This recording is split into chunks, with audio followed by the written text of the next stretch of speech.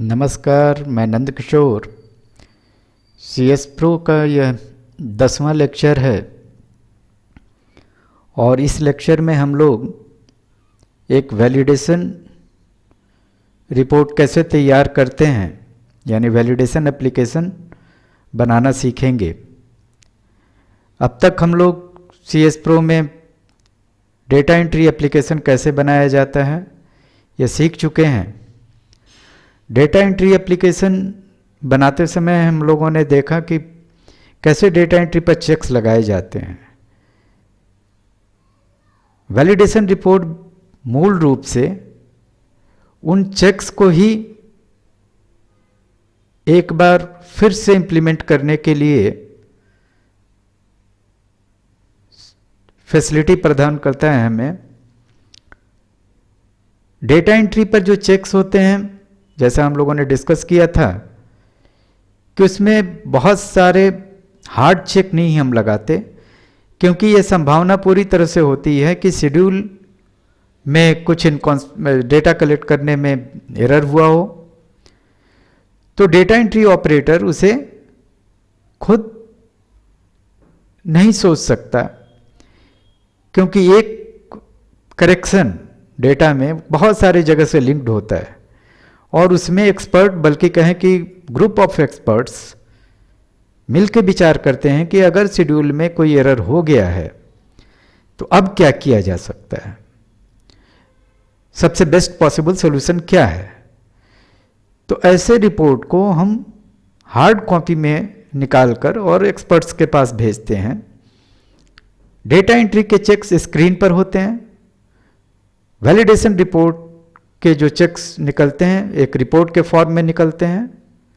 ये मूल रूप से अंतर है, इसलिए इनकी रिपोर्टिंग में थोड़ा अंतर ये होता है कि पहले केस नंबर बताया जाता है और उस केस यानी क्वेश्चनर के सभी एरर्स को एक क्रम में बताया जाता है। न सिर्फ मैसेज बता दिया जाता है, बल्कि उस एरर से रिलेटेड जो भी एसोसिएटेड डेटा है उसे भी दिखाया जाता है।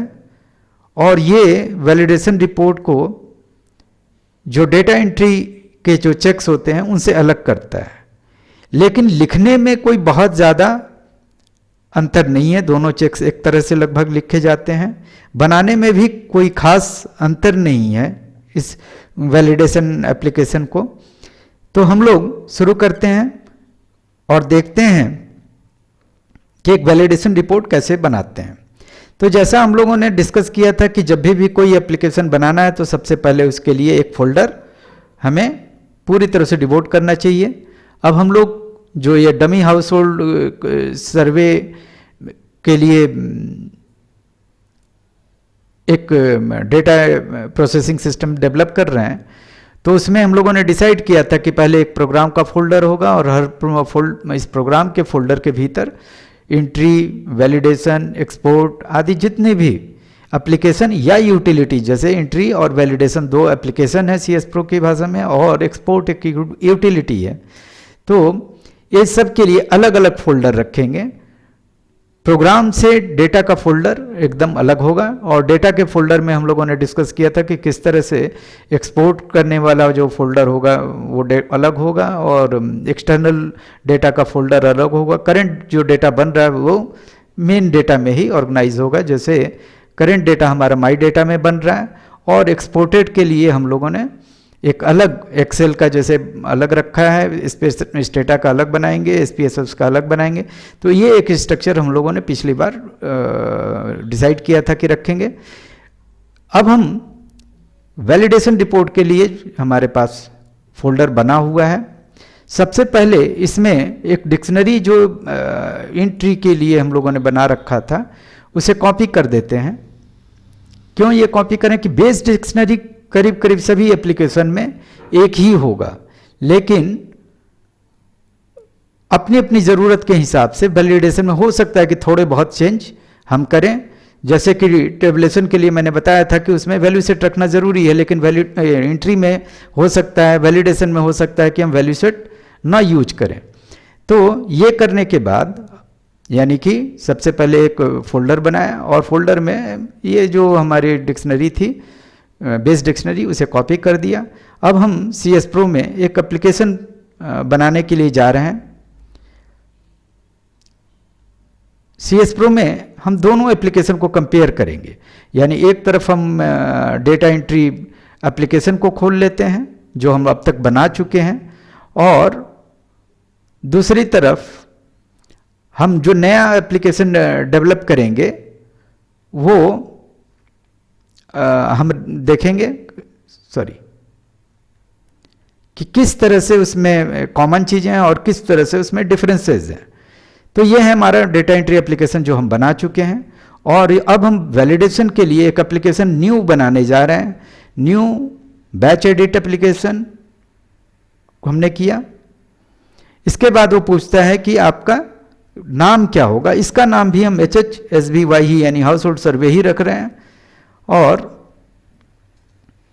अब वो पूछ रहा है कि आपकी इनपुट डिक्शनरी कहाँ है। तो इनपुट डिक्शनरी का लोकेशन हम जहाँ हमारा ये जो प्रोग्राम के भीतर वैलिडेशन है उसमें हमने कॉपी कर दिया है और उसे हम इनपुट डिक्शनरी बना दे रहे हैं। बाकी जो एक्सटर्नल डिक्शनरीज के बारे में वो पूछ रहे हैं, ये जो कॉम्प्लेक्स क्वेश्चनर हैं उनमें यूज होते हैं एक्सटर्नल डेटा को पढ़ने के लिए, लेकिन एक्सटर्नल डेटा को कैसे यूज करते हैं ये अभी हम इस समय नहीं देख रहे हैं, इसे हम छोड़ते हैं और आगे बढ़ते हैं। तो अब ये हमारे पास जिस तरह से यहाँ पर डेटा एंट्री के लिए इन्वायरमेंट बना था, करीब करीब वैसा ही इन्वायरमेंट यहाँ पर हमें बैच एडिट के लिए बन रहा है। यानी दोनों एप्लीकेशन में लेफ्ट एंड राइट पैन, जैसा हमने बताया था कि CS Pro की ज़्यादातर एप्लीकेशन में और यूटिलिटीज़ के भी इन्वायरमेंट में लेफ्ट और राइट पैन करीब करीब होते हैं। तो यहाँ भी लेफ्ट एंड राइट पैन है। लेफ्ट पैन में यहाँ भी डिक्शनरी को कंट्रोल करने के लिए नीचे टैब दिए गए हैं, और राइट पैन में ऊपर डिक्शनरी को कंट्रोल करने के लिए दिया गया है।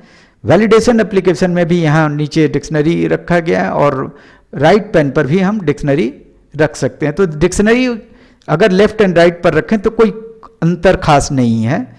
अंतर कहाँ है? यहाँ पर हमें फॉर्म्स दिख रहा है और यहाँ एडिट लिखा हुआ है। तो अगर फॉर्म्स को हम देखें लेफ्ट पैन पर और यहाँ पर एडिट को देखें तो अंतर दिखता है थोड़ा सा, कि यहाँ पर ID आइटम्स का एक पूरा पेज है, स्क्रीन है, और उसी में सारी चीज़ें रखी हुई हैं, यानी घर का नंबर भी रखा हुआ है, कास्ट भी रखा हुआ है और ये सारी चीज़ें रखी। लेकिन यहाँ ID के लिए उसने डिफ़ॉल्ट जो क्रिएट किया एक अलग किया है और जनरल कैरेक्टरिस्टिक को अलग रखा है।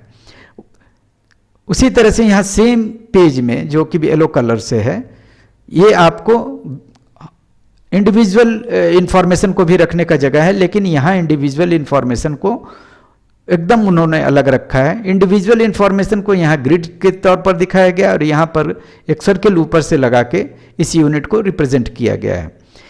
तो वैलिडेशन रिपोर्ट में यानी कि हर यूनिट को अलग अलग रखता है।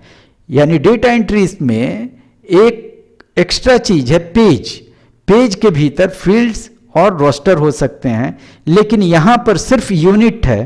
पेज जैसा कोई कॉन्सेप्ट वैलिडेशन में नहीं होता।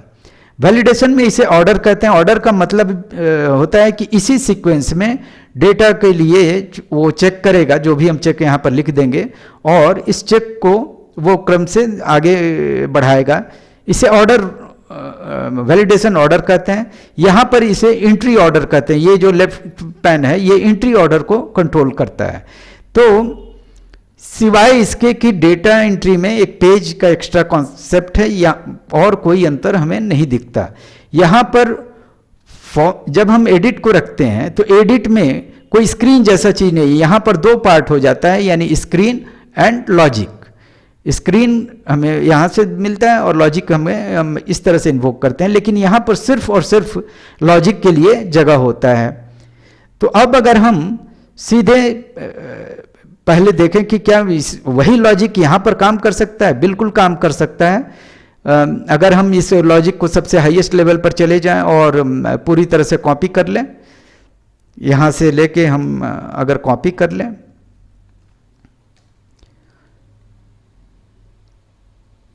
तो हम देखेंगे कि करीब करीब ये लॉजिक पूरी तरह से चल सकता है, क्योंकि ये सारे लॉजिक में हम लोगों ने सिर्फ फील्ड का नाम हम लोग यूज़ करते हैं, और जो कि दोनों जगह पर एक रखा है। जैसा कि कंट्रोल टी से अगर हम देखें तो फील्ड का नाम आता है, यहाँ भी कंट्रोल टी से अगर हम देखें तो फील्ड का नाम आता है।